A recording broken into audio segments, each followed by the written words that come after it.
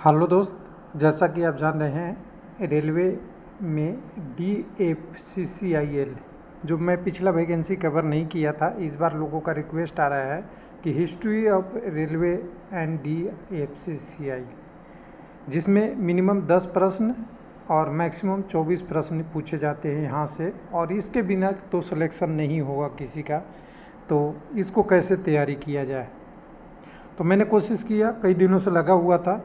तो पहला हमने 24 क्वेश्चन निकाला है, जो executive in operation and BD वाला जो पोस्ट होता है उसमें 24 क्वेश्चन पूछा जाता है। हो सकता है CBT 2 में हो, लेकिन CBT 1 में आपका जितने भी अभी इस बार का वैकेंसी है जूनियर एग्जीक्यूटिव का, उसमें 10 क्वेश्चन तो मिनिमम पूछा ही जाएगा। तो क्यों नहीं कुछ अच्छा किया जाए, एक बुकलेट टाइप पे बनाया जाए जिससे DFCCIL और जो हमारे फेवरेट टॉपिक रेलवे, जिसके लिए रेलवे लाइफ काम करता है, उसको कवर कर लिया जाए, जिससे विद्यार्थी का भी थोड़ा भलाई हो जाए। तो चलिए पहले सिलेबस देखते हैं, फिर समझेंगे कि देखिए का आधी अधूरी बात करना अच्छा नहीं है। तो देखिए DFCCIL का वैकेंसी का आ गया है, सब कुछ ये डिटेल आ गया है, जिसमें 2 स्टेज एग्ज़ाम है, आप देख लीजिएगा। दूसरा तो जनरली टेक्निकल होगा, इसमें आपका ये एग्जीक्यूटिव वगैरह वाला में ज़्यादा नहीं होगा, लेकिन इसमें ऑपरेशन एंड बिजनेस डेवलपमेंट वाला है, इसमें नॉन टेक्निकल CBT 2 में भी होता है या और पोस्टों में हो सकता है।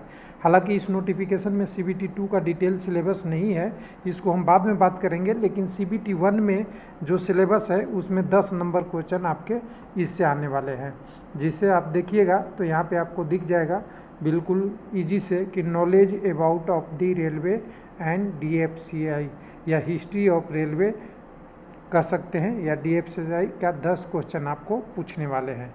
और ये 10 क्वेश्चन इतने इंपॉर्टेंट है कि आप समझ सकते हैं कि न्यूमेरिटिक और रीजनिंग सब लोग करते हैं, जनरल अवेयरनेस सब लोग लगभग करते हैं, साइंस भी करते हैं सब लोग, लॉजिक रीजनिंग भी करते हैं। लेकिन अगर ये 10 क्वेश्चन आपके 10 के 10 छूट गए या आपने 5 से 6 तक कर लिया, तो आपके लिए बोनस पॉइंट है और आपको सिलेक्शन में काम आएगा। मैं वादा करता हूँ और ये समझता हूँ कि ये चीज़ों को आप समझ रहे होंगे। बाकी जनरल टॉपिक है, ये स्पेशल टॉपिक है जिसको लोग बाकी एग्ज़ाम में नहीं आता इसलिए छोड़ देते हैं। समझ गए होंगे आप। इसको कवर करने के लिए हमें क्या एक रणनीति बनानी पड़ेगी, और रणनीति के तहत हमें क्या देखना पड़ेगा, पूरी सिलेबस कवर करनी पड़ेगी। उस सिलेबस कवर करने के लिए हमने क्या किया है, पीछे क्वेश्चन लेंगे, पिछले प्रीवियस ईयर क्वेश्चन लेंगे, उस प्रीवियस ईयर क्वेश्चन को एक PDF के माध्यम से रखेंगे, क्योंकि हर टॉपिक को वीडियो बनाना बहुत लंबा होगा, और जैसे ही डिमांड आएगी आपकी उसको हम पूरा करते जाएंगे। तो उसको PDF को मैंने यहाँ पे डाल दिया है। यहाँ पे देखिए आप www.railwaylifeLP.com पे आएंगे, तो या तो यहाँ से E-बुक और PDF वाला सेक्शन में चले जाएंगे यहाँ से, तो यहाँ से भी आप डायरेक्ट जा सकते हैं, या अगर इसमें नहीं जाते ना चाहते तो दूसरा रास्ता भी बताएंगे थोड़ा। तो इसमें अगर आएंगे, एक मिनट पेज नेट स्पीड कम है थोड़ा, तो यहाँ पे आप डालिएगा मैंने हिस्ट्री ऑफ इंडिया रेलवे या अबाउट ऑफ रेलवे और DFCI का PDF अभी अनकम्प्लीट है, थोड़ा कंप्लीट होगा तब डाउनलोड के प्रोसेस में जाइएगा। अभी हम इसको रिकमेंड नहीं करेंगे, थोड़ा सा अभी इसको अपडेट कर ले दीजिए।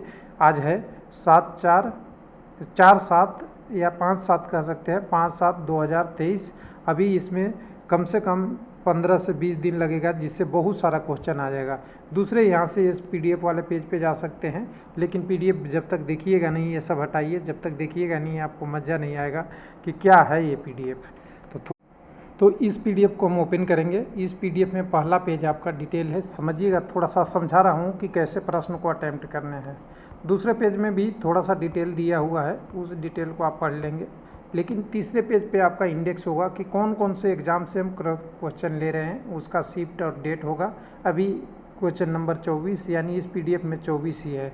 इस PDF के लास्ट में हम लास्ट साइड में सारे डिटेल भरेंगे कि जो ऑफिशियल डॉक्यूमेंट होती है, जो पब्लिक डोमेन में अवेलेबल होता है, रेलवे प्रोवाइड कराती है या DFCI के वेबसाइट CIL का वेबसाइट पे है, उस डॉक्यूमेंट को हम इसके साथ अटैच करेंगे। अभी हमने अटैच करके टोटल PDF को 393 पेज का बनाए हैं। अभी बहुत ज़्यादा नहीं है, लेकिन अभी भी हम इसमें उम्मीद करेंगे कि बहुत सारे PDF का पार्ट इसमें जोड़ेंगे, जिससे कैंडिडेट को बेनिफिट हो। लेकिन सबसे पहले हमने जो अभी आपसे बात किया है कि हमने केवल 24 क्वेश्चन अटेंड किए हैं, तो 24 क्वेश्चन का एक बार देख लेते हैं कि कैसे हमने इसको बनाया है, थोड़ा सा समझिएगा। तो देखिए 24 प्रश्न जो बीडी वाले में आए हुए हैं ऑपरेशन का, उसमें देखिए सबसे पहले पूछा है कि नेशनल एकेडमी फॉर रेलवे कहाँ पे अवस्थित है। हिंदी इंग्लिश दोनों में मैंने प्रश्न को डाल दिया है। थोड़ा सा आप देख लीजिएगा, छोटा करके, मैं बड़ा करके इसलिए दिखा रहा हूँ कि आपको समझ में आ जाए। तो देखिए ऑप्शन यहाँ हिंदी इंग्लिश में कोई ज़रूरी नहीं है, लेकिन प्रश्न जरूरी हिंदी इंग्लिश में है, लेकिन कोशिश किया है कि जितना पॉसिबल है उसको हिंदी इंग्लिश में किया जाए। टाइम लगा है काफ़ी, लेकिन फिर भी मेहनत करके किया है। तो देखिए आंसर हो गया बड़ोदरा। तो देखिए ये तो टॉपिक आपको कहीं भी मिल जाएगा, इस टॉपिक से ज़्यादा अंतर नहीं पड़ता। आपने आंसर पढ़ा, क्वेश्चन पढ़ा, आपको मालूम हो जाएगा। लेकिन समस्या ये है कि लोग स्किप कहाँ करते हैं, गलती कहाँ करते हैं, उसके बारे में मैं बता रहा हूँ। गलती ये करते हैं कि ये प्रश्न पढ़ लिए, लेकिन इससे रिलेवेंट क्या प्रश्न आ सकता है, नेक्स्ट एग्जाम में क्या आ सकता है, वो उनको पता नहीं है। उसके लिए इस PDF में हमने एक सेक्शन बनाया है। इस सेक्शन के माध्यम से हमने बताया है कि अगले प्रश्न में इससे क्या क्या चीज़ें आ सकती है। तो देखिए यहाँ से सारी लिखी हुई है। हालांकि इस वीडियो में हम सारी चीज़ बात करने लगेंगे तो टाइम बहुत लग जाएगा कि ये कब स्थापना की गई थी, कहाँ पे है, इसके कौन डिजाइन करने वाले थे, इसको पहले कहाँ रखा गया था, कहाँ से ले जाके इसको कहाँ करा गया, कितने रेलवे को ट्रेनिंग वगैरह देता है, क्या क्या इसके रिलेटेड टॉपिक है, हिंदी इंग्लिश में डाल दिया। उसके अलावा हमने रेलवे से डाटा उठाया, वहाँ से हमने यहाँ पे और रिलेवेंट, जैसे ये तो आपका रेलवे, भारतीय रेलवे एकेडमी का पूछ दिया, अगली बार पूछ देगा कि भारतीय रेल सिविल इंजीनियरिंग संस्था कहाँ है, तो ये आपको पुणे जानना होगा। फिर हो सकता है पुणे का महाराष्ट्र बोल दे, तो ये तो ज्योग्राफी से आप पढ़ते होंगे, वहाँ से लाना पड़ेगा। फिर भारतीय रेलवे का इंजीनियरिंग और सिकंदराबाद का इंजीनियरिंग एंड दूरसंचार, electrical engineering Jamalpur, electrical and mechanical का, उसी तरह से विद्युत का आपका ये नासिक वाला भी क्वेश्चन पूछ दिया है, उसी तरह से इसी प्रश्न में पूछ दिया है। तो ये सारे टॉपिक को हमने हिंट में आपको रख दिया है जो फ्यूचर में क्वेश्चन आ सकते हैं। तो समझ गए होंगे इसका मकसद क्या है, मकसद आपको साफ साफ समझ में आ रहा होगा। इसी तरह दूसरे प्रश्न में जाएंगे तो हम क्या करेंगे, देखिए किस में रखा गया था 1950 में रेलवे का जोनल रूप में अलग अलग किया गया था, या इंडस्ट्रियल यूनिट के रूप में किया गया था, वो किसके फाइटर, फ्रीडम फाइटर के नाम पे रखा गया था, किसका, एक औद्योगिक इकाई, यानी कह सकते हैं रेलवे फैक्ट्री की बात हो रही है। तो रेलवे फैक्ट्री में देख रहे हैं चित्तरंजन लोकोमोटिव, आप जानते हैं चित्तरंजन लोकोमोटिव का नाम हो गया। तो ये तो इस प्रश्न का आंसर हो गया, चित्तरंजन, जहाँ रेलवे इंजन सबसे पहले और सबसे ज़्यादा बनती है। उसके बाद अगर बात करेंगे तो यहाँ पे उसके बारे में सारी चीज़ें दिया हुआ है, किन के नाम पे लिखा, तो वहाँ तो स्वतंत्रता सेनानी था, यहाँ हमें पता है कि राजनेता देशबंधु चित्तरंजन दास के नाम पे था। उसके अलावा इसमें दूसरे टॉपिक में हमने ले लिया कि कौन कौन से कारखाने हैं और कहाँ पे स्थित है, कब बना है, कौन सा ईस्वी में इस्टेब्लिश हुआ है। इस टाइप के हमने टॉपिक अगले प्रश्न, अगले एग्जाम के लिए ले लिया है, जो आपको हेल्प करेगा। तीसरे में देखिए पहला था कि पहले कब जब ट्रेन चली थी, पहली ट्रेन बोरीबंदर से थाने तक, तो कितनी दूरी तक चली थी, ये क्वेश्चन पूछ दिया था। तो 34 किलोमीटर तो मैक्सिमम लोग जानते हैं, लेकिन इसमें क्या था, पूछेगा कि कितने कोच थे, कितने लोग बैठे थे, कितने वगैरह थी, सारा डाटा कब खुली थी, ये सारा लगभग इसमें करीब करीब के डिटेल हमने रख दिया। उसी तरह अगला प्रश्न है गेज से रिलेटेड कि ब्रिटिश गेज जब प्रारंभ हुआ था तो कौन सा गेज यूज होता है, तो उस समय 1575 होता था। इसको हालांकि ब्रॉड गेज ही बोलते हैं, लेकिन ब्रॉड गेज से थोड़ा कम इसकी है, यानी इसकी डिस्टेंस कम होती थी। तो 1667 वाला नहीं होके 1525 यूज हुआ था, तो बाद में ब्रॉड गेज, उसकी कहानी सारा हमने लिख दिया, कहानी आपके लिए। लेकिन कहानी के बाद कौन सा गेज में क्या है वो सारा डिटेल यहाँ पे आपके लिए भर दिया, जो आप एक बार इसको रीडिंग मारेंगे तो चारों प्रकार के गेज उसमें डिटेल आपको मिल जाएगा। उसके बाद आपका लेंथ का था, ये DFCCIL से क्वेश्चन है, CCIL से बोला है कि गोमो से लेकर सोननगर, गोमो झारखंड में, गोमो और सोननगर बिहार में, दोनों के बीच में कितने सेक्शन है DIFC का, तो ये 5 है। हालांकि डिफिकल्ट क्वेश्चन था, उस सेक्शन को हमने DIFC के वेबसाइट से उठाया कि ये कहाँ से लिया हुआ था, तो ये डिटेल हमने इसको नीचे रख दिया हूँ कि रेलवे का डॉक्यूमेंट आएगा, उसका स्क्रीनशॉट यहाँ पे लगा दिया कि गोमो, कोडरमा, पहाड़पुर, आपका मानपुर और कास्ट था, ये सारा डिटेल ये 5 सेक्शन में बांटा गया है, उसका क्वेश्चन पूछ दिया था। उसके बाद जियोग्राफिकल है वगैरह वगैरह है। उसके बाद आप देखिए 6 नंबर प्रश्न में है कि 2 रेलों के बीच का डिस्टेंस का क्या माना जाता है। तो देखिए इसको मैंने मान के यहाँ पे सारे चीज़ लिख दिया हूँ कि ये दोनों का डिटेल को, यानी जिसको हम गेज बोलते हैं वो मिनिमम हॉरिजेंटल क्लियरेंस होता है, जैसे एक पटरी 1 और पटरी 2 दोनों के सेंटर से डिस्टेंस होता है, उसी को तो गेज बोलते हैं, उसी को मिनिमम हॉरिजेंटल क्लियरेंस भी बोलते हैं। इसको भी एक क्वेश्चन था। उसके बाद हमने फिर से ब्रॉड गेज वाला दे दिया। उसके बाद आपकी सारी डिटेल इसी के साथ दिया। फिर गोल्डन ये आपका क्वाड्रेचर या मेट्रोपोलिटन सिटी वाला के लिए दिया है। तो उसका देखिए इसमें इनके बुकलेट में पड़ा हुआ था, वहाँ से डाटा उठा के तो ये 4 सिटी मेजर मुंबई, दिल्ली, मुंबई, चेन्नई, हावड़ा को क्वाड्रेचर के रूप में लिया है, तो 4 सिटी है। उसी तरह सारे प्रश्न जितने हैं इसको सबको मैंने आपको टॉपिक वाइज कवर करके इसमें डाल दिया है। और अभी कोशिश करूंगा कि और करेंगे एक एक, अगर आपकी कमेंट आएगी तो एक एक टॉपिक को और बढ़ाएंगे और थोड़ा सा और बाकी से इससे थोड़ा और बनाएंगे।